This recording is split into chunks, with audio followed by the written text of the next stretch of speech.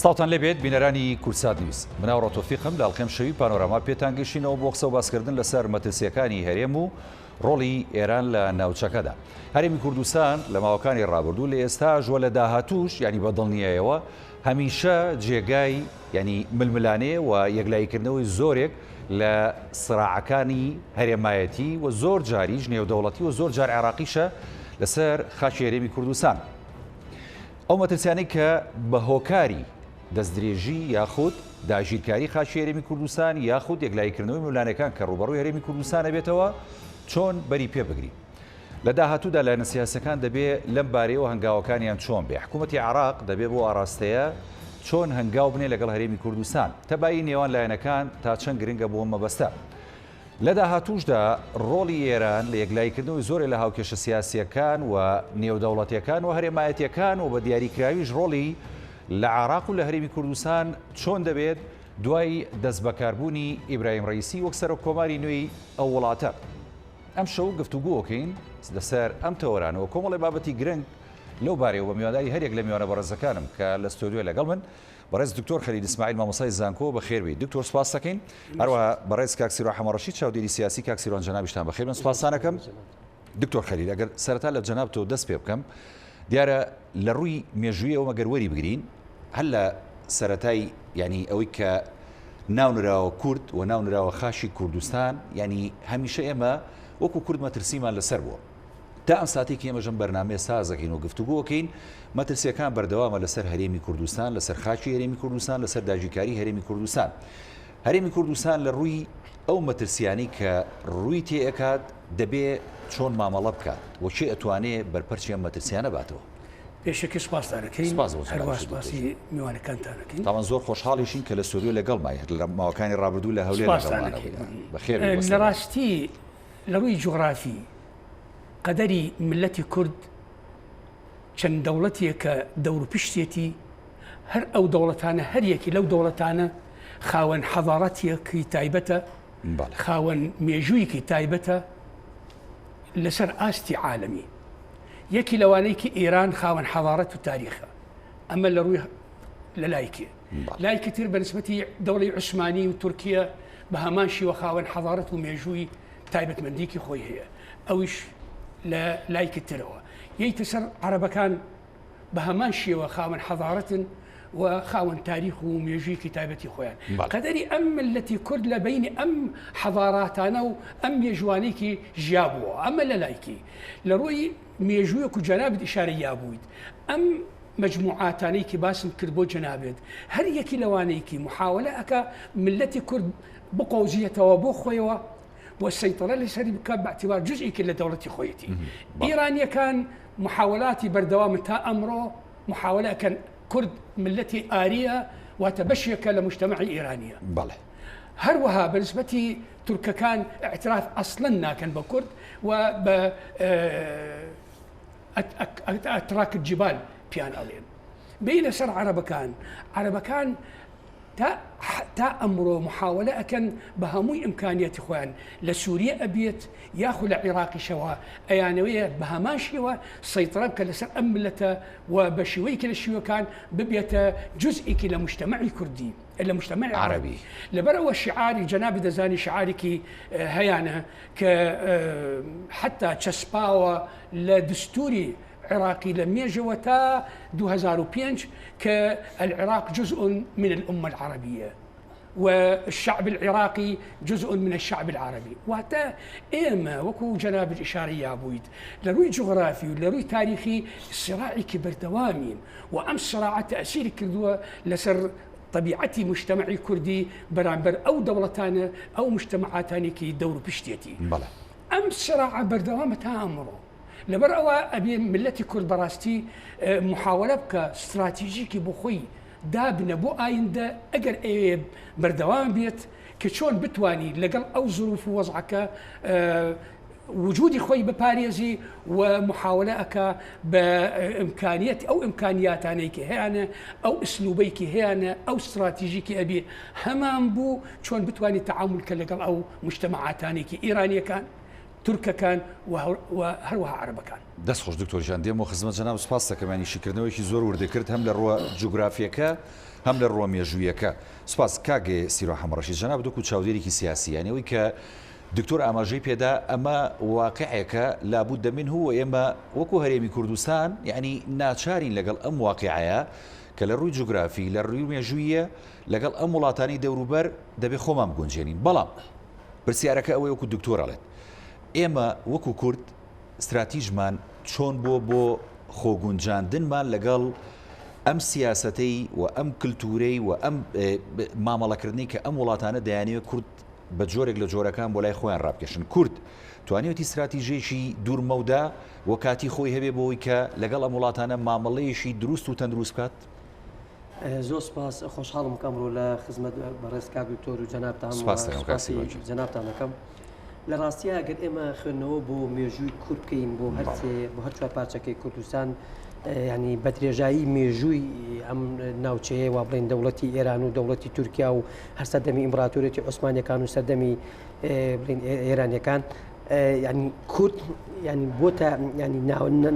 هەرێمی کوردستان با بڵێن کورد بە درێژایی مێژوو بۆتە ناوەندێک کوردستان بۆتە ناوەندێک بۆ ململانێ و یەکلاکردنەوەی کێشە سیاسەکانی دەوڵەتانی ناوچەکە و زلێزەکانی ناوچەکە. بۆ ئەگەر بە درێژایی کورد وەکو بەداخەوە کورد لەبەر ئەوەی کە خاوەنی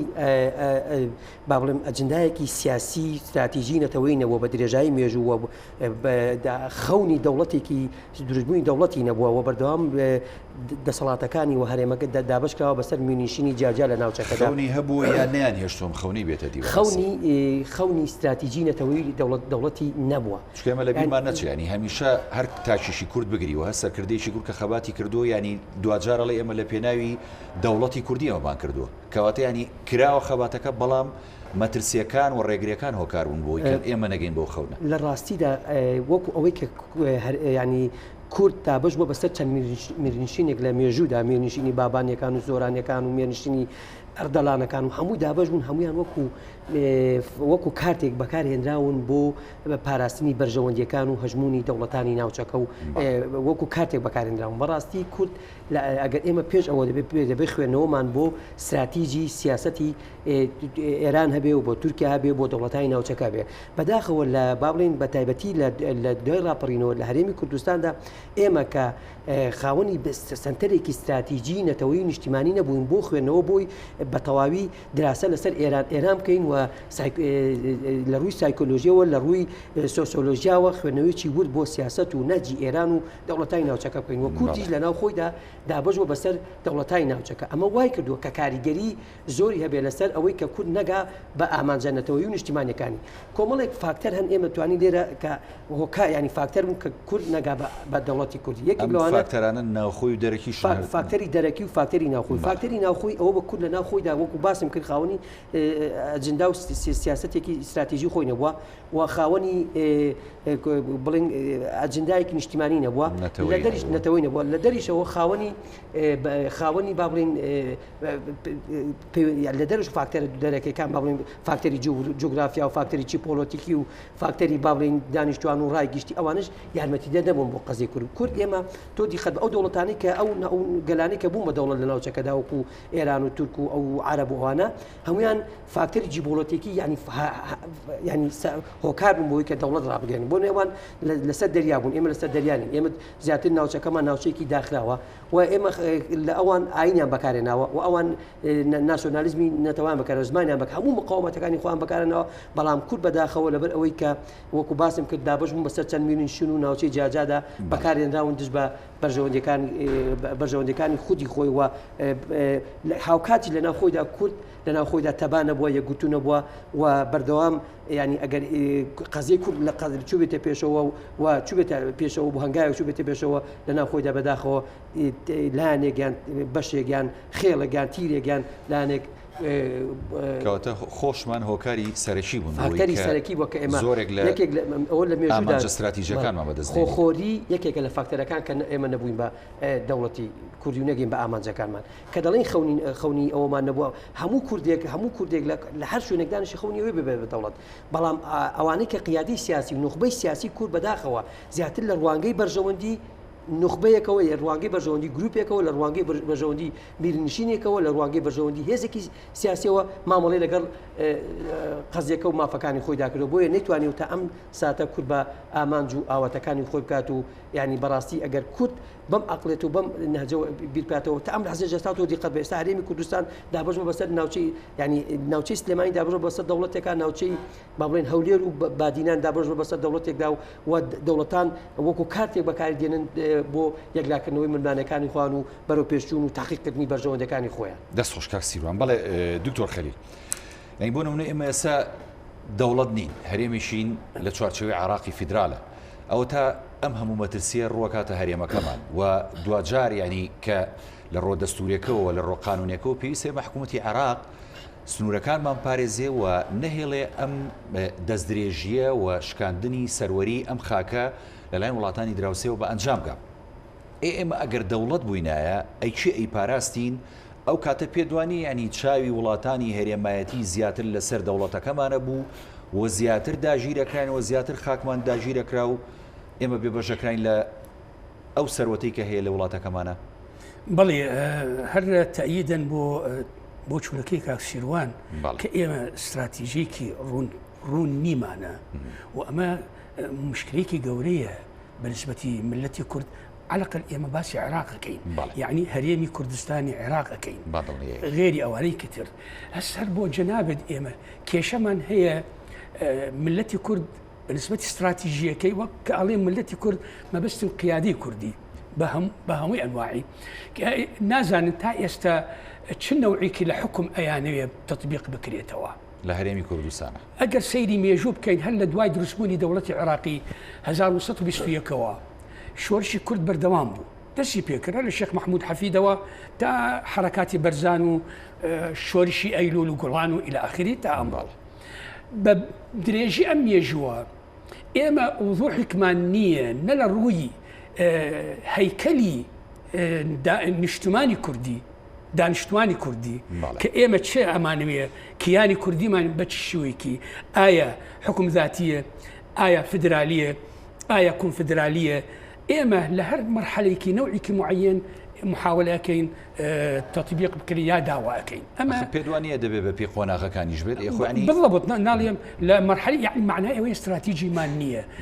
لەبەر ئەوە لە ضمنی مەرحەلەی معەن ئێمە داوای حاڵەتێکی معەنەکەین. ئەمە وای لێ کرد مقابل واتە حکوومەتی عێراقی ئەزانی کورد کە مفاوەضات لەگەڵی ئەکا ئەو مفاوەضاتانە ئەو اتفاقیاتانە ڕاست نین، نقطەی ضعفمانە بۆ ڕاست نین چونکی ئەزانین کورد قانع نین بە حکمی ذاتی 1970 بەڵکو مەرحەلە بوو کورد ڕازی نین بە فدرالی چونکی ئەوە مەرحەلەی لە قۆناغە لە 1992 بەرلەمانی کوردستان ئەعلانی کرد ڕازی نین لە مۆزعە حکوومەتی عێراقی ئەزانی ئەمە هەمووی مەراحیلە تەکتیکە لە هەمان کاتیش کوردیش ئەزانن حکوومەتی عێراقی کە تەوقیعەکە لەسەر اتفاقیەکی یا معاهدەیەکی لەگەڵ قیادەی کوردی ڕاست نین مەرحەلەن تەکتیکین جەنابەت ئەزانی هەر اتفاقیەکی ئەگەر دەست پێکەین بە اتفاقیەی زمانی بەعس 1963 پەشیمان بوون لە لامەرکەزی کە ئێمە ئەسڵ ڕەفزمان کرد دوای لامەرکەزی بەیانی عەبدوڕەحمان بەزاز 1966 1970 اتفاقی ئاذاری ئەمە هەمووی اتفاقیات تا هاتینە سەر ئەمڕۆ ئەم اتفاقیاتەیەکی یەکی لەوانەیەکی مادەی 140 ئەمە ئاخر شت مادەی 140 کە اتفاق کرا لە بین هەمووی هەناکە بەڵام حکوومەتی عێراقی بەجددی و بە قەناعەت اتفاقی نەکردبوو بەڵام مەرحەلەیەکی معەن بوو لەبەرەوە سەیرەکەین هەر لە 2007 ئەبوایە تطبیق بکرێتەوە کە لە دستور هاتوو تا ئەمڕۆ نەکراوە و ناشەکرێت بۆچی ملاحەزە ئەکەیت يعني حتى إحصاء كلا عراق هموي 10 سال إحصاء كريتوا هل زماني ملكي تا أمره بلام كهاتس المسألة ما دي صوتشل إحصاء وستا بله باشا يعني كواتا أما كواهم نكر فرمو عزيز أما لروي كيانك واتا قيادي كردي تائس كيانك محدد وكو استراتيجي درس نبوة لروي حدود هريم كردستان ببوورە لە ڕووی حدودی کوردستان تا ئێستا اتفاق نییە سقەت هەبێ من وەکو شارەزای جوغرافی بۆت باسەکەم مەکتەبی سیاسی یەکەتی نیشتمانی کوردستان و پارتی دموکراتی کوردستان لە اجتماعی دووکان 2005 تەکلیفی منیان کرد نەخشەیەکی بۆ کوردستان دابنن باش معنای چییە؟ معنای تا ئەو کاتەنیان بوو نەخشەیەکی بۆ کوردستان بە اتفاقێکی هەمووی ئەطرافەکان نەیان بوو لەبەرەوە داوایان کرد نەخشەیەکی بکرێتەوە و دانام و بەردەمانی کوردستان موافقەتی کرد لەسەری ئێمە تا ئێستا سەیری دستورەکانی مەشروعی دستورەکانی ئێمە بکە دستوری 2002 2006 2009 ئەمە ئەگەر سەیری بکەیدن بەدقەت لە مادەی دوو کە حدودی کوردستانی عێراق جیاوازی لە بین یەک و یەکترە هەش بڕات موجودە و چاپ کراوە هینی دوو هینی شەش هینی نۆ حتا وابزان 2005 ئەگەر سەیرەکەیت یەک نییە لەبەرەوە ئێمە ئەو دوو خاڵێکی گەورە دکتۆریانی ئەمە لە ناشارەزایی مامەڵەکردنی سیاسیەکانمانە یاخود نەخێر یعنی ئەمە تەکتیکە وەکو جەنابە دەڵێیت و لەگەڵ دۆخەکەی دەبێت خۆمان گونجێنی لەگەڵ ظروفێکی لەگەڵ ظروف وەزع محاولە ئەکەن ئەم واقعە مثلا کە اتفاقیات دەکرێتەوە لەسەر حکوومەتی عێراقی ئەگەر حکوومەتی عێراقی لاوازە ضعیفە ئەتوانن قیادەی کوردی زیاتر داوا ئەکەن بەڵام حکوومەتی عێراقی شیەکە لەم حاڵەتە قبولەکە بەڵام دوایەوە پەشیمان دەبێت ئەگەر نە حکوومەتی عێراقی بە قووەتە قیادەی کوردی لاوازە ئەو کاتە قیادەی کوردی مەجبورە بێت بە شتێکی کەمتر ڕازیە بێت ئەم وەزعوای لێکرد بەڕاستی تەئیدی کاکسیروانەکەم جاری کتر استراتیژیمان نییە بۆ دانانی نەوعی حکوم و بۆ تەرسیمکردنی دەستنیشانکردنی سنووری کوردستانی عێراق دەستخۆش دکتۆرجان کاکسیروانیانی ئێمە کە ئەوە تا بۆ نمونە ئەمە کێشەکانی ناوخۆی خۆمانە کە دکتۆری شۆ جەنابیشت پێشتر ئاماژەت پێدا یعنی ئێمە گە استراتیژێکی دیاریکراو نەبێت و ئینتیمایشی تەواوەتی نەبێت بۆ پاراستنی ئەم خاکە و بیر لە داهاتووی ئەم هەرێمە نەکرێتەوە چۆن ئەتوانین یانی ئەو مەترسیانی کە ئێستا ڕوومانتیەکە بە دیاریکراوە تا بۆنونە دەوڵەتی تورکیا دێت خاکە داژیرەکەوە داری دارستانەکانە دەبڕێتەوە و ئەو بنکانی کە دروستیەکە بە هیچ شێوەیە ئامادەنیە لە داهاتوودا وەلای بنێەوە چۆڵی بکاوە دوورکەوێتەوە لە هەرێمی کوردستان کەواتە ڕێگە ڕاستەکە کامەیە بۆی کە هەرێمی کوردستان بتوانێت خۆی بپارێزێت لەم داژیرکاری و دەستدرێژی دەوڵەتانی دەرەوە و دەوڵەتانی بێگانە بە دیاریکراوی مەڵێ بەپی ئێمە ئەگە سیاست بە سیاست یان دەتوانێت وڵام بێتەوە لە کوردستاندا بەداخەوە ئێمە سیاست بە مەزاجی ڕۆژانە سیاست دەکرێت لە کوردستان یەکێک لە خەلە لە هەرە گەورەکانی سەرکردایەتی سیاسی کورد حکومڕانی هەرێمی کوردستان کە ئەوەی بە مەزاج خاوەنی وەکو باسمان کرد خاوەنی بەرنامە و ئەجندایەکی استراتیژی درێژخایانیە دەبێت سێ جۆر پلان هەبێت لە کوردستان پلانێکی کوردخایان نەبێت بۆ سیاسەتی ڕۆژانە پلانێکی مامەڵانمان بۆ چەند ساڵێک پلانێکی درێژخایانمان بۆ 20 ساڵ 20 ساڵ داهاتوومان لە کوردستاندا سیاست بە مەزاجی ئەم سەرکردە و ئەم حیزب و ئەم لایەنی سیاسی دەکرێت بەداخەوە بۆیە دەکرێت ئێمە دەرئەنجامی ئێستا کە ئێمە هەرێمی کوردستان باشووری کوردستان نەگەیشتۆ بە ئامانجە نەتەوەی نیشتمانیەکان و تەدەخولاتی وڵاتانی ناوچەکە بەڕادەیەکی بەرفراوان لە کوردستاندا هەیە کە ئەوەیە کە وەک باسم کرد بە ئەخڵەتێکی مەزاجکاری و بە سیاسەتی ڕۆژانە مامەڵە دەکرێت باش خۆیمە کۆمەڵێک مؤسساتی ینی دەستوریمان هەیە ویستم تۆ دیقەت بە ئەگە ئێمە بیرەوەریەکانی پۆڵ بریمەر بخوێنینەوە ئەڵێ کاتی ئێمە سەرکردایەتی سیاسی کوردم ڕاست پار کە بچن بداواکاریەکانان ئامادەکەن و ڕوبەڕووی ئەمەکەن بۆی شتێک بۆ کورد بکەین ئەوان داواکە سەرکردەکانی کورد هاتن چون لەباتی لە داوای ئەو بخۆی پۆڵ بریمەر ئەڵێ من ترسام وەم زانەوە داوای دەوڵەت و جیابوونەوەم لە دەکەم کاڵام بەداخەوە داوای پاران لێکردم یعنی ئەمە موادەکە کورد عقلەتێکی بە عقلەتێکی تەسک و بە عقلەتێکی بە سیاسەتێکی ڕۆژانە مامەڵە لەگەڵ ڕوودا و حەدەسەکان بکە هەر ئەمەش وای کردووە کە ئێستا تورکیا بە درێژایی چەندین کیلۆمەتر هاتووەتە کوردستانەوە بەبێ حسابکردن بۆ ڕای گشتی بەبێ حسابکردن بۆ هیچ ڕێستاوی ئاسایەک هاتووە دارەکانی کوردستان ژینگەی کوردستان دەشێوێنێ هاتووە ئیرادی خەڵکی کوردستان دەشێوێنێ هاتووە خەڵک بە هەموو شێوێک خاچی سوکایەتی بە خاچی کوردستان و بە ئیرادی خەڵکی کوردستان دەکات و ئێستاش ئەگەر ئێمە بە عقلەتی بە ئیرادی خۆمان و پشتبەستن بە خۆمان و بە ئیرادەیەکی یەک و یەکگرتوو ڕوبەڕووی ئەو ئاڵنگاریان و ڕوبەڕووی ئەو کێش و مەترسیانە نەبینەوە دڵنیا بە ئایندی هەرێمی کوردستان خۆمان ئەو تواناویە زەمان هەیە کە ڕوبەڕووبینەوە چکە ئێمە لە چوارچێوەی عراقی فیدراڵینەوە پێی دەستورە بێ ینی حکوومەتی عراقی ئەمە پارێزی وە سنوورەکان پارێزی وایان نە کاکاوڕێجان هەموو سیاسەتێک پشت بە ئیرادە دەبەستێت بەڵێ هەموو سیاسەتێکگە ئێمە خەڵکی کوردستان خاوەنی ئیرادی خۆمان من و ئیرادی خۆمان تەسلیمی دەوڵەتێکی هەرێمایەتیان دەوڵەتێکی دەرەوە نەکەین دەرەکی نەکەین ئێمە دەتوانین خاوەن ئیرادی خۆمانی لەست ئێمە زۆر دەرفەتمان لە ساڵی 91 و گەورەترین دەرفەتمان بۆ ڕەخساوە بۆی گیانێکی سەربەخۆ ڕابگەین بەڵام لەبەرەوەی کە عەقڵەتی سیاسی کورد عەقڵەتێکی لاواز بووە و باسم کرد خاوەنی ئەجندایەکی نیشتیمانی نەبووە وای کردووە کە ئێمە ئەو دەرفەتانە بە ئاسایی لەدەست برین باشێ بۆ یانی ئێستا ئەگەر ئێمە ئەو تا سەیری هەرێمی کوردستان بکەین لە ڕووی بەرژەوەندی ئابووری لە ڕووی بەرژەوەندی سیاسی و تا لەگەڵ زۆرێک لە وڵاتان ینی بەرژەوەندیشی باشیە لەگەڵ ئێران یعنی ساڵانە چەندین ملیار دینار ئاڵوگۆڕی بازرگانیە لەگەڵ تورکیا بە هەمان شۆتا بۆری نەوتی هەرێمی کوردستان بەیاتە پەڕەوێ باشە ببوورە کاکسیڕانمە بۆ دکتۆرین دکتۆر ئێمە لە ڕووی ئابووریەوە ئەتوانین وەکو هەرێمی کوردستان کە تاوەکو ێستا لە چوارچێوەی دەوڵەتی عراقی فیدراڵی بەرژەوەندی ئابووری خۆمان وەها لێ بکەین لەگەڵ تورکیا و ئێران بە دیایکای چکەمە دوو دەوڵەتن کە دراوسەی هەرێمی کوردستان زۆر جار ئەمانە مەترسیشان دروستکەوە بۆ سەر هەرێمی کوردستان بەڵام لە ڕۆ بەرژەوەندی ئابووریەکەی ئێمە بتوانین خۆمان پەیوەندیەکانمان هاوسەنگ بکەین لەگەڵیانەوە بەرژەوەندی هاوبەش و بەرژەوەندی دراوسێتی خۆمان پارێزین لەگەڵیانە ئەمە ئەکرێت بەڵی لە ڕووی نەظەری وایە ڕاست دەکەی اقتصاد ئەمڕۆ دەورێکی گەورەی هەیە بۆ بۆژاندنی هەر دەوڵەتێک و ئەیبینین ئێمە لە واقعیشەوە ئەو دەوڵەتانەی کە ئیمکانیەتی ئابووریان بەرزە نەوتیان هەیە معادنیکی باشیان هەیە یاخۆ ئاویان هەیە هەر شتێکی تر کە توانیان استقلالی ئەو مەواردانێکی هەیەە بۆ بەرژەوەندی خۆیان و بۆ پێشکەستنی ملەتی خۆیان ئەمە لە ڕووی نەظەری ڕاستە بەڵام بەداخەوە بەنسبەتی کورد زەحمەتە تەطبیق بکرێتەوە بۆ بەڵێ چونکی کورد دەوڵەت نییە ئەی باشە تا ئێمە مامەڵاکەین لەگەڵیانەوە ئەم بۆلام کورد دەوڵەت نییە لەبەر ئەو دەوڵەتانێکی لە بدای قسەکانم باسم کرد تورکیا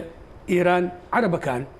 واتە حکوومەتی عێراقی کە ئێمە مرتبطین تا ئەمڕۆ لەگەڵ حکوومەت هەمویان نایانەوێ ئەو کورد ببژێتەوە وە کیانی اقتصادی کە ڕێکوبێک چونکە ئەگەر هەمویان نەزانن ئەگەر کیانی اقتصادی بۆ هەر ملەتێکی کرابوو بەقوت بوو معنای ئەوەی ئەتوانی تەسیرەکە لەسەر دەورپشتی من ڕۆژێکی لە ئەجتیماعێکی بەڕێز مەسعود بەرزانی لە قاعەیەکی لە قاعەکانی هەولێر باسی ئەوەی کرد وتی دەوڵەتانی دراوسە ئێمە ئەگەر جسرێکی دابنین پردێکی دابنەی پیان ناخۆشە بۆچی چونکی ئەگەر پردێکی دابنیت ئەگەر ڕێگایکی ڕێکوپێک بکەیتنەوە باسی نەوەتەکانەکەم ئەمە پیان ناخۆشە پێشکەوتوو بکرێتەوە لە هەرێمی کوردستان بەڵێ لەبەرەوە سەیرەکەین جەناب دەزانی لە خلال ئەم چەند مانگی ئەخیر حکوومەتی عێراق بەو لاوازی خۆی بەو وەزعێکی نالەباری خۆی چی ئەکەن لە بەرامبەر حکوومەتی هەرێمی کوردستان لە ڕووی مەسەلەی جاری مەسەلەی گەنم جاری مەسەلەی معاشی فەرمانبەران جارێکی بودجەکە جارێکی نازام چێ و تا ئێستەیشە ئەو بەو شێوەیە لەبەر ئەوە دەوڵەتانی هەروەها وەکو برادێکی کارسووران باسی کرد زەختی ئێرانیش لە بیرمان نەچێ زەختی تورکیا لە بیرمان نەچێ ئەمە هەمووی وای لێ کرد نەیتوانی هەرێمی کوردستان ئەو ئیمکانیەتی جەنابەت باست کرد لە ڕووی نەوتەوە بۆچی بەس نەوت ئەسڵەن هەرێمی کوردستان ئاوێکی هەیە بەقەدەر نەوت قیمەتی هەیە ئەگەر سیاسەتێکی ڕێکوپێکێکی بەکاربیێنی بۆچی ئەگەر تورکیا زەختەکە لەسەر عێراق لە ڕووی ڕووبارەکانی جیلە و فڕات ئێمە ئەتوانین زەختەکەین لە ئاوەکانی خۆمان هەر لە خابوورەوە تا زابی گەورە و بچکۆلە تا سێوان ڕێم ئەو شتانە ئەمە لەسەر هەنی خۆمان لەژیر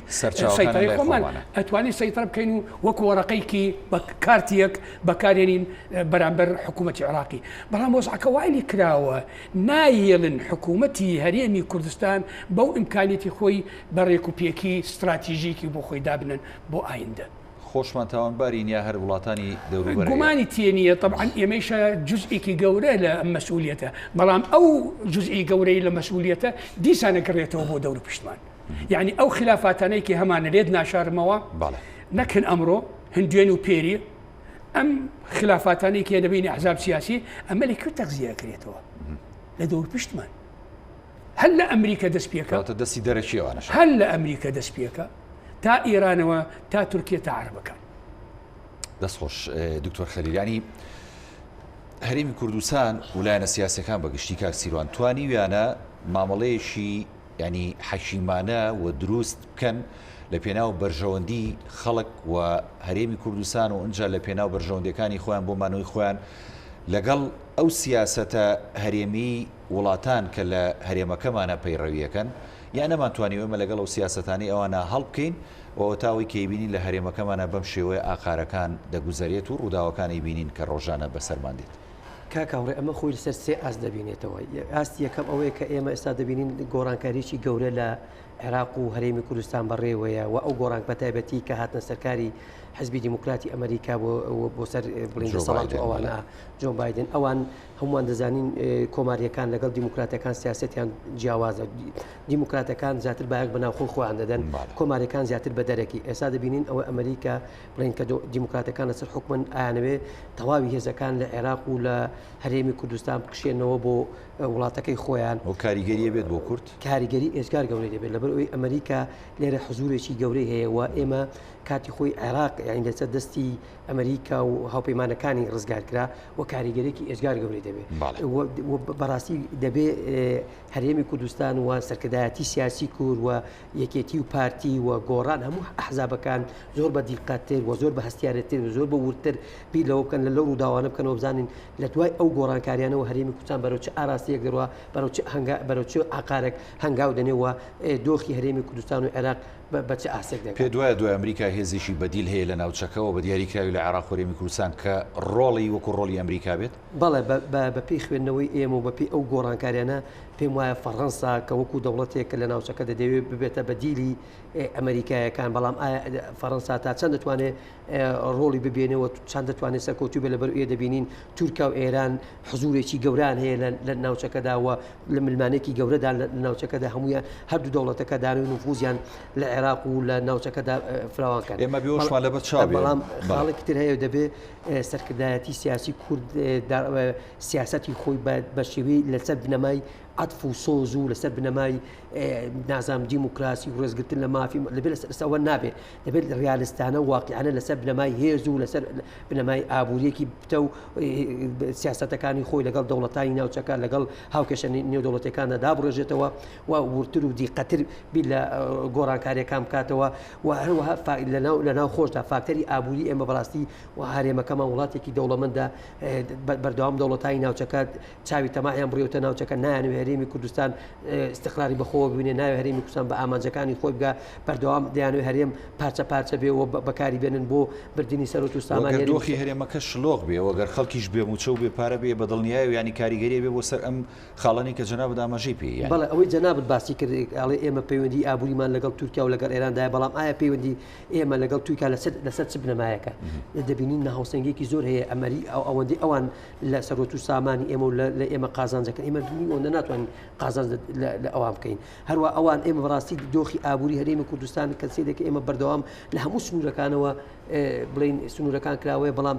دۆخی دارایی و دۆخی ئابووری هەرێمی کوردستان زۆر خراپە و دۆخی فەرمانبەران دۆخی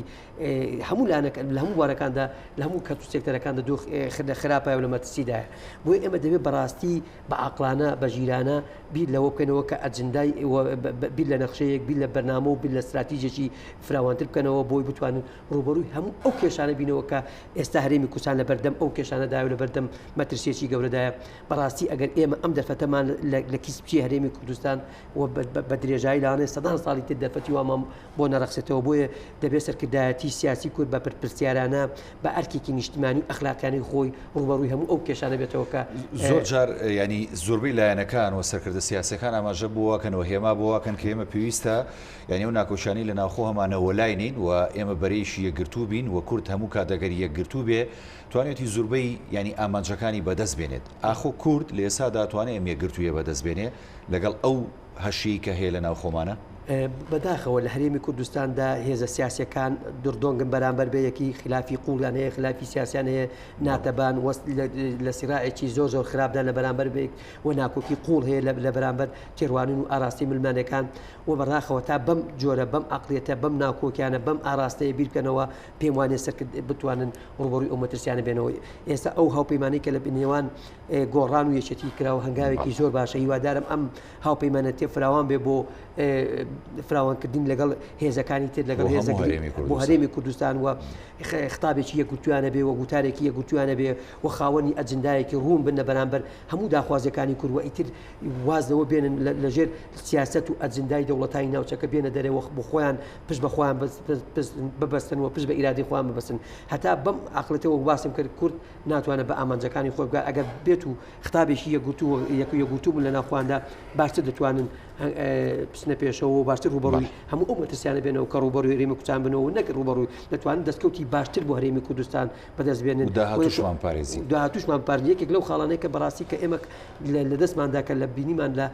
ڕفراندۆمەکەی 2007 کە کرا بینیمان چووکە یەکگوتو نەبوو خطابێکی یەکگوتو نەبوو مەمە نەمانتوانی بوو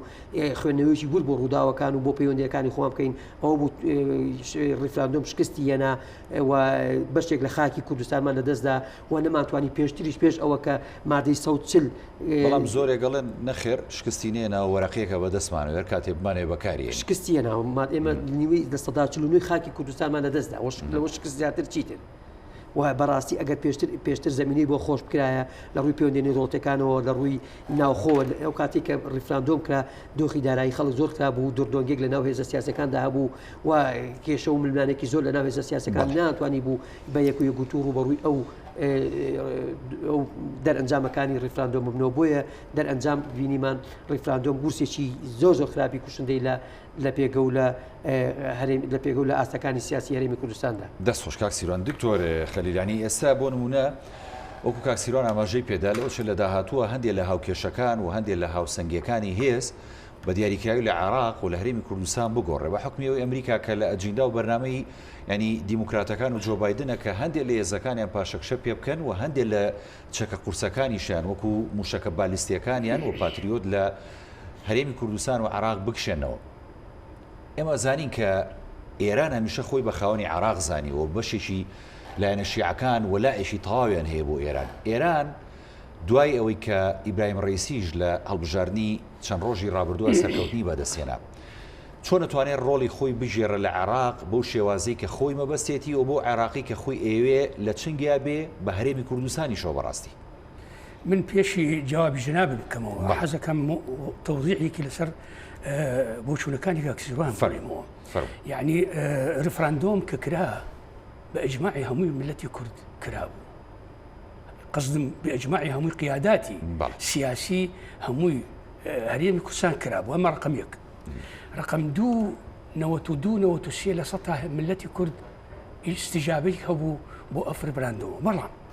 دیسان ئەگەڕینەوە بۆ بیدایی مناقەشەکانمان کە دەوڵەتانی گەورە لە بیدایی قسەکانم دەوڵەتانی گەورە نایانەوێ ئەم ملەتە سربەخۆی بێت نایانوێ لە چوارچیوەی داخلی خۆی بێتە پێشەوە لەبەر ئەوە محاولاتێکی بەردەوام بوو بۆ ئەم مەسائلم کە ئەم دەوڵەتانێکی بە مووقفی سلبیان بوو معنای ئەوە نییە ڕفراندۆمەکە پەشیمان بووی لەسەری بەعکسەوە وەکو ئیشارەی جەنابیش هەبوو ئەستە بەناغەیەکی گرنگ بۆ استراتیژیەی ئەگەر بتوانێت استراتیژیدان بەیانی بناغەیەکی گرنگ ئەمە بۆ دەوڵەتێکی کوردی بۆ ئایندە کە ئێمە دەوڵەتی کوردی لە بیستەکان ئێمە نیازمان هەبوو کە ئەمە لە لایکە تریشەوە ئەگەر مقارنە بکەین لەگەڵ اتفاقی ئاداری 1970 کەس ناتوانانی بڵێ اتفاقی ئادار لە مەسلحەتی کورد نەبوو چونکی یەکەم جار حکوومەتی عێراقی اعترافەکە کوردستانی هەیەتی پێشی ئەوە نەیانویست هیچ حکوومەتێک مناقەشەی مەسئلەی کوردستان و نیشتمانی کورد و ئەو شتانەیە بەڵام لە اتفاقی 1970 ئازاری هەفتا ئەمە یەکەم جارە حکوومەتی عێراقی قرارەکە کە کوردستان هەیە لە عێراق ئێمەش گرنگە بەڵام نەتیجەکەی شەڕێکی گەورە دەرس و 74 و نتیجەی 1974 بوو بە 1975 کە کارەساتی اتفاقی جەزائر. ئایا ئەتوانین لەم نەتائجە بڵێن اتفاقی ئادار خراپ بوو؟ ئەمە وەزعکە ئەبی ئێمە بواقعی بین بە مەسئلەی تحلیلکردنی ئەم مەسائلانێک و ئەم ڕفراندۆرە ئەمڕۆ نەبیە سبەینی بەکارهێنن. ئەمە چاوەڕێ ئەەکەین وەزعێکی دووەلی، وەزعی دووەلی دائیمەن بەرەو گۆڕانکاریە. ئەمڕۆ وەزعکە بەو شێوەیە بەیانی وەزعکە ئەگۆڕێت. منش بۆیە پرسیارەکەم وها لە جەنابەت کرد، ینی تۆ کاتێک کێسە دۆخەکە بۆ ئاراسەیەکە بگۆڕێ لە عراق و لە هەرێمی کوردستان و ئەمریکا ئەوێت تا ڕادەیەک ینی بوونی خۆی لەم ناوچەیە بە هەندێک هۆکارکەم بکاتەوە. جەنابێت بەنسبەتی ئەمریکا، استراتیژی ئەمریکا لە ڕووی گۆڕینی دیموکراتیەکان و جمهوریەکان لە داخل کاریگەری هەیە، بەڵام لە ڕووی استراتیژی ئەمریکا خارجی زۆر تەغییراتێکی زۆر کەمەبێت. لەبەر ئەوە بۆ چوونی من ئەمریکا ئەمینی لە عێراقەوە و ممکن نییە ئەمریکا عێراق بەجێ بێڵی، ممکن نییە کە ئەو تەضحیەیەکی یابوو ئەو ئیمکانیەتی یابوو وجودی ئیران، ئەمە هەمووی وجودی خەلیج، ئیران تهدیدی خەلیجەکە، ئەمە هەمووی کاریگەری هەیە بۆ ئەمریکا لە عێراق دەرناچی. ممکنە دوو حاڵەتێکی، یەکەم شوونەکانی جوغرافیایی وجودی جيشي قيادي قوتي أمريكا ممكن أقورية لشونيكي بو شونيكي لقاعديكي أتشبو قاعدي كتر وبالفعل استزيات القواعد كاني برو كردستان تشيت. أما رقم يك رقم دو ممكن نوعيكي قوة نوعك قوته نوعك استراتيجيكي مسائلك ممكن أقوريتوا كمحافظة بك حتى أجر جيشكي ما بلين 1000 2000 3000 لقيادكي السحب كرد بلام التعويض أو بتشيكا بتكنولوجيكي تازة كبتوالي تعزيز أو شتاناكا للايكي سيهم كوتاي رقم سي أمريكا محاولة نتيجة أو صراع ببيني لبيني جيش عراقي ولبيني حشد شعبي أمر نبيت سبيني أبيت أم كيشيء أبي روجك الرجان أم صراع دروس أبيت لبيني قيادي لبيني جيش عراقي ولبيني جزئي على الأقل لحشد شعبي بركوتني شي قرصة براسي بتوقعاتي خم حالتي كوادروس أبيت أمريكي شاوري أو شتاني باشا أمريكا أي رولي إيران أو كاتت شيء بدياري كراوي لواء لنا وشكل شو إيران والله شيء بهذا براسي وكاريجري زوري شيء بس ما مسجيان اشتكي بود باشا كم بالنسبة لإيران فرق ممكن تائس باش نكره ولا حالتي خوش حالة بينا أمريكا مجال يابو بإيران لدواي شورشي إسلامي 1979 تشنبك لخارجي مساعدة إيرانية ضوء أخضري يابو بو إيران لبرأة وسيرك إيران ليمن إيران للبنان إيران لسوريا إيران لعراق إيران لأفغانستان أما ببوشوني من على كل حال أما ريقايكي أمريكا صافي كردو بو إيران بوشي بو دو أمريكي زور قرنق يكم تشنكردني قيادي إيران بم شونانية تخيل بك ما مسجيان دكتور جان أم حالتها نبوايا وإيران تركيزي كردو لسرنا وخو إيران بتشقوتي كيهم أجر توزيع جيش نكر بايا توزيع باري وإمكانيات مادي توزيع نكر بايا بو أو شوناني كيستباسم كرد إيران شقوتي كي قوري هبو وبو شوني شي دروس أما رقم يك رقم دو أمريكا توانيوتي أمان شر العراق إيران دروس بو أمريكا بيشتيتي تمويلي هردو ياكردو دعمي هردو ياكردو تا أم حالة ما بس ملكوية ما بس أمريكا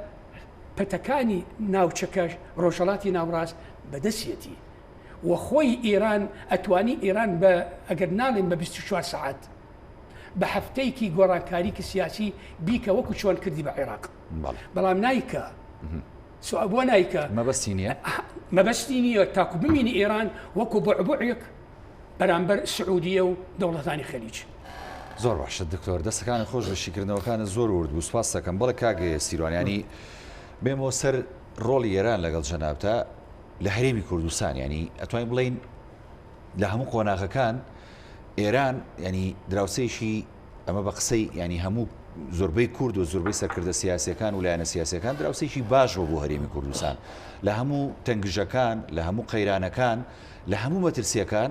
ئێران بەدەم کوردەوە هاتووە بەڵام دوجار کە وەک باز دەکرێت ئێرانی ژانی بەرژەوەندی خۆی هەیە و دەوێت بیپارێزێت لەم ناوچەیە کەواتە ئێران لە داهاتووە ڕۆڵی چییە بێ بە دیاریکراوی لە هەرێمی کوردستان و بەگشتی لە عێراق و لەسەر مەترسیەکانی کە ڕوبەڕوومانە بێتەوە بەڵێ لەسەر قسەکەی کاک دکتۆر کە باسی ڕیفراندۆمی کرد وتی ڕیفراندۆم ئەنجامێکی باشی بۆ بەڵام من ئەو پرسیارە ئەکەم ئایا ڕیفراندۆم ئەنجامەکەی بەچی گەیشت ریفراندۆم ئەنجامەکەی بەوە گەشت کە ئێمە لە ساچلۆنی خاکی کوردستانمان لەدەستدا بەڵێ ئێمە گەورەترین بۆمە گەورەترین ئیلاقاتی نێودەوڵەتی و هەرێمایەتیمان لاواز بوو بۆمە کە هەرێمی کوردستان لەگەڵ تورکیا پەیوەندێکی ئابووری و سیاسیە بوو تورکیا بەگاڵتەجاریەوە باسی ڕیفراندۆمی دەکرد یعنی ئێمە بەڕاستی وەکو ئەوەی کە بمانە وەکو هێز ڕوبەڕووی ینی پەیوەندەکانی خۆمان لەگەڵ ئێران و لەگەڵ تورکیا و لەگەڵ وڵاتان دەبێت دەکرێتەوە ناوخۆی خۆمان ئێمە لە ناوخۆی خۆماندا چیمان کردووە ئایا ئێمە خاوەنی موسەساتین ئایا خاوەتی موسەساتی نیشتیمانین ئایا ئێمە پەرلەمانێکی بەهێزمانەیە ئایا خاوەن هێزی پێشمەگەی بەهێزین ئایا لە ڕووی دیبلۆماسی و دیبلۆماتێکی بەهێزمانەیە بێگومان ئێمە لە ڕووی ناوخۆ زۆر لاوازین و ئێمە تا ئەم لەحزەیە لە ساڵی 91ەوە خاوەنی دەستور نین خاوەنی بەڵام هەوڵەکان بۆ ڕاستەیە کە دەستورێک بۆ هەرێمی کوردستان دەبێت ئێمە چەند ساڵێک پێش ئێستا خاوەنی دەستور بوون خاوەنی هێزێکی نیشتیمانی ئێستا بوون ئەو داویونە شەوکە ڕووی لە سلێمانی ئەوە ڕووداوێکە بەڕاستی ئەوە لەکەیەکی گەورەیە بۆ هەرێمی کوردستان بۆ پێ یانی بەڕاستی ئەوە دلیلە لەوەی کە هێزی پێشمەرگە هێزە چەکدارەکان هێزی نیشتیمانی نین بەڵام تا ینی هەموو ئامانجەکانیش بۆ ئاراستەیە کە ینی هێزی پێشمەرگی کوردستان لە چوارچێوەی وەزارەتی پێشمەرگە شایەت هەوڵ هەیە لە ناو یەکێتی لە ناو پارتی لە ناو بزوتنەوەی گۆڕان لە ناو حکوومەتە هەوڵێکی زۆر هەیە بۆی هێزی پێشمەکە دامەزراوەکان بە نیشتیمانی بکە بەڵام هەوڵەکان وەکو پێویست نین هەوڵەکان سستن هەتا ئێمە لە ناو خۆماندا لە ڕووی ئابوووریەوە لە ڕووی سەربازیەوە لە ڕووی دیبلۆماسیەوە لە ڕووی اقتصادیەوە بەهێز بین و خۆمان بکەین بە دامەزراوە خۆمان پشت بە خۆمان بەستین ئێمە دەتوانین باشتر پەیوەندیەکانی خۆمان لەگەڵ ئێران و لەگەڵ تورکیا لەگەڵ وڵاتانی ناوچەکە و لەگەڵ وڵات پەیوەندی نێودەوڵەتەکانمان بە تەبیعەتی و سەرکەوتووتر پەیوەندیەکانی خۆمان دابڕێژینەوە بۆیە گرنگترینش ئەوەیە دەبێت ئێمە بۆی قوت لە ئیرادی خۆمان وەرگین جارە ناوخۆی خۆمان باشکەین لە هەموو ڕۆکانەوە ئەمێ دواپەیامی بەڕێز بزانم ئێمە بەڕاستی هەموو فاکتەرە دوو فاکتەری دەرەکی فاکتەری ناوخۆیە فاکتەری ناوخۆی کۆمەڵە فاکتەرە فاکتەری ڕای گشتی جەماوەر دامەزراوەکان حکومڕانی کاریگەریان هەیە لەسەر فاکتەرە دەرەکیەکانیش بۆی لە ڕووی پەیوەندی نێودەوڵەتیەکانەوە فاکتەری پۆلیتیکی فاکتەری جوگرافیا هەموو ئەوانە کاریگەریان هەیە لەسەر ئەوەی کە قەزەی کورد و لەسەر ئەوەی کە ئێمە زیاتر بەرەو پێشەوە بچین و بە ئامانجە نیشتیمانە باڵەکانی خۆمان بگەین هیوادارم کورد و تەبایەکی باش دروستکە و پەرلەمان بەهێزکە و دەستور بنووسێتەوە و هەموو دام و دەستگاکان بە نیشتیمانی بکە و چیتر لەم جۆرە میلیشاگەری و شێوازە حکومڕانیە خۆی ڕزگارکە بێتە پێبینێتە ناو حکومڕانێکی مۆدێرنەوە کە ڕێز لە ئیرادەی خەڵک ڕێز لە ئیرادەی جەماوەر بگیرێ و حساب بۆ هەموو لانە سیاسەکان بکرێت و خطابی خاوەنی خطابێکی یەکگوتووی نیشتیمانی دەستەکانە خۆشکاسم دکتۆر خەلیل جەنابیشت دواپەیامی خۆتوانی بەتەکید ئێمە وەکو سیروانی شاریە بوو ئێمە ئەبێ ڕێک خۆمان بخەین ئیعادەی نەزەر بە وەزعی خۆمان بکەین بزانام ئەم ئەغڵاتانەی کە کردومانە لە پێشەوە چۆنی عادی نەزەر بکەین هەم لە ڕووی سیاسی هەم لە ڕووی عسکەری ئەبێ تەوحیدی قوەی خۆمانەکەین سیاسی وتوحيد قوي عسكري خمان كاين بتوانين برامبر دورو بيشمان چونكي خلق بقوته بيت احترام الدغري بقوتنا باحترام الناقري هر وها ابي سياستي كيتر بكار بين لقل دراسه كان مانيش هم لقل ايران هم لقل تركيا هم لقل حكومات عراقي كابيتا قازانجي ملتي كردو او اخطاء انيك همام بو بيشتر محاولات احتمالش بكاين نك لسر سياسيه كان تنها لسر كوادري كتر كوادري اكاديمي كوادري علمي خلق كدلتو دلصوص ابي وجهه نظري اواني شور بقدر يستفيدوا او زمينه سازيه كراوه بداخلنا يعني نايبيني تاسا نابينم بوشي ويكي تمنى اكاين يما جاكي يعني اما او تمنى ما ندير لبرا وسير كيد مراوحه اكيل شوني خمان دس خوش دكتور كاكاوري خالي ترهب يعني يكيك لكيش حرق وركاني كورد سيستمي حزباتي اما لكردستان دا شتيك ما بناوي حزبه وحزبي مودرنوا هەتا ئەم جۆرە لە فۆرمە لە حزبایەتی هەبێ يعني ئێمە پێنانینە حکومڕانێکی باشەوە هەچی ئەم کێشانێکە لە کوردستان حزب ینی دروستی کردو حزب بۆتە بارگیانی بەسەرژانی خەڵکەوە بەڕاستی دەبێ هەموو حزبەکان لە یەکەتی لە پارتی لە گۆڕان بەرنمەیەکی ینی پرۆژەیەکان هەبێ بۆی بتوانن ئێمە لەم جۆرە سیستەمە حزبایەتە سەقەت و ناشینەی کە لە کوردستاندا بۆتە بارگیانی بەسەرژانی خەڵکەوە ڕزگارکە و شێوازێکی تر لە مۆدلی حزبایەتی کە بێتە ئامرازێک بۆ خزمەتکردنی ئامانجە نیشتیمانی نەتەوەیەەکە. زۆر سپاس بۆ برای عزیزم کاکسیرۆ حەمەڕەشید چاودێری سیاسی سپاس بۆ زۆر بەڕێز دکتۆر خەلیل اسماعیل مامۆستای زانکۆ لە هەولێرەوە تەشریف هێناوە سەوێن بە خێر دووبارە سپاس دەکەین سپاس بۆ دوولاتان بەڵای بینەرانی بەڕێز زەقیم شەوی پانۆراماتان پێشکەش کرا خواتان لەگەڵ.